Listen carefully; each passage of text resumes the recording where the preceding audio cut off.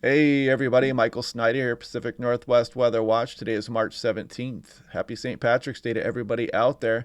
Right now we're looking at the infrared satellite imagery here, and you can see the system off our coastline. This is weakening and decaying, but it may spread some high clouds across the region as we go through the day today. But we have a fairly nice weekend here shaping up. Temperatures up towards the 60-degree mark west of the Cascades, but you can see this cold air across Pacific and the Gulf of Alaska. It's eventually going to make its way towards the west coast of North America here and bring a system across the region Sunday. We'll also take a look at the extended forecast as well, as we're going to get some troughing that continues to move down out of the Gulf of Alaska into our region here. We'll see how that's going to impact us here coming up in a moment. Looking at sea surface temperature anomalies, look at how the Pacific is warming up here, and this is where we measure those La Nina, El Nino conditions here across the central equatorial Pacific, and that is really warming up. You can see La Nina on the wane. Look at the warm water building up off the coast of South America. Classic El Nino signature on its way here, folks. We are most likely going for an El Nino season as we go through the summer and fall coming up here.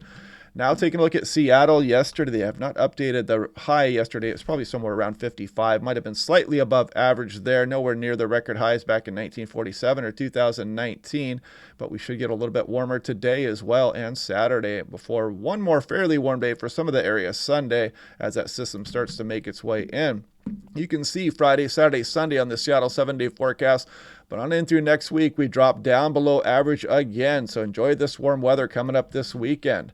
Taking a look at Portland International, they hit that mythical 60-degree mark. It's been a while here. This is the ASOS out there for Portland. But yeah, we'll probably look back in the summertime and laugh at some of these temperatures here that we thought were warm. Here we go. Spring begins March 20th. Technically, meteorological spring begins March 1st, but here's Missoula and Kalispell, just showing the last day of snowfall occurs quite late here, April 15th and 18th, and you can get snow all the way on into June for portions of Montana. So nice graphic there. This is the current hazards. Don't expect anything for the next couple days here across Pacific Northwest. This is looking at 6-hour precipitation amounts and the sea level pressure map. Put that into motion. You can see nothing reaching us as we go through Saturday evening, but then that system starts to creep up towards Oregon. It's going to bring those mid-level clouds across Oregon first. So it's going to suppress the temperatures across western Oregon a little bit more than it will western Washington, which might squeeze one more warm day out of this before that system moves across the area. Some mountain snows are possible with that. As you can see, the troughing open up on the west coast here. Then we're going to bring more systems down out of the northwest. More on that here in a moment. This is looking at the European last night's run, and you can see the ridging over the Pacific Northwest, and you can see that in the infrared satellite imagery, this cold air out over the Gulf of Alaska and Pacific Ocean, and eventually this pinwheels around and eventually gets towards our coastline here. A lot of this energy moving into California there. This next system moves down into Oregon, California as well, but then you can see additional systems just continue to rotate down towards the Pacific Northwest here, and here through the extended. So some of these are pretty chilly upper level lows. We'll watch these one at a time. Of course, we're looking over 300 hours out, so it's purely fantasy at this point, but it does look like we will remain chilly through the end of March at least. Now looking at 50 millibar temperatures here, you can kind of see the ridge forming here over British Columbia as we speak. And we start to get that cooler air that mainly moves down into California here. But if you go through the extended, you can continue to see this cold air moving down out of the north and northwest here, pinwheeling off our coastline, and you can see towards the end of the run some pretty chilly air continuing our below average temperatures through March. So that's just kind of a look at things at somewhere up towards 5,000 feet across the region.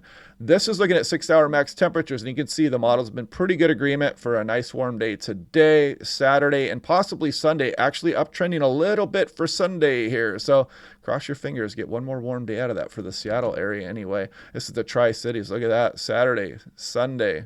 Pretty nice warm days over there, getting up to the mid-60s for some areas here, and not doing too bad next week, but you can see how we kind of cool down as we go towards the later portion of next week. We'll see how those troughs impact the Pacific Northwest.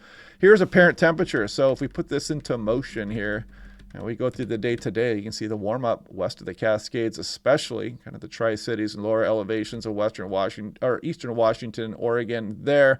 Here we go on into, this is Friday night here, on into Saturday morning, and then you can see the warm-up occurring as we go through the day. Saturday, also nice warm day tomorrow. Probably going to get some 60-degree readings across western Washington, the Willamette Valley, and of course the Tri-City areas down across eastern Washington, eastern Oregon. Also, go through Sunday, and you'll notice as western Oregon does not warm up as much here, but look at Seattle. Could get up towards 60 degrees again on Sunday. Not so much for Portland here as that system starts to encroach on the region. Then we go out towards Monday's highs, and you can see we cool back down across much of the area here, especially west of the Cascades as that system makes its way in. This, if you missed this one, this is the monthly temperature outlook. This was issued yesterday. This is for April 2023, so below average temperatures here. I know a lot of people want to see some warm weather, but it looks like it might be a cool April here coming up as well. We'll see how that trends. This is looking at the drought monitor here. Washington is drought-free except the extreme northeast portion. They're abnormally dry for some areas, and they are calling for some potential drought development here across the state of Washington. We'll look at that here in a moment. This is percent of average precipitation from February to March 16th. You can see a lot of Oregon and Washington have been below average, including some of the Idaho Panhandle, western Montana as well. California above average except for the southeast deserts there.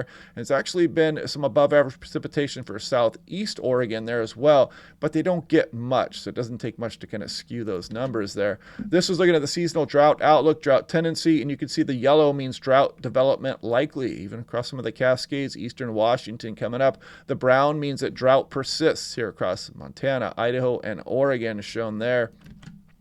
So yeah, enjoy this weekend coming up here, folks, because we are going to remain cooler than normal, most likely through the end of March here across much of the Pacific Northwest. We'll watch those systems come in one at a time.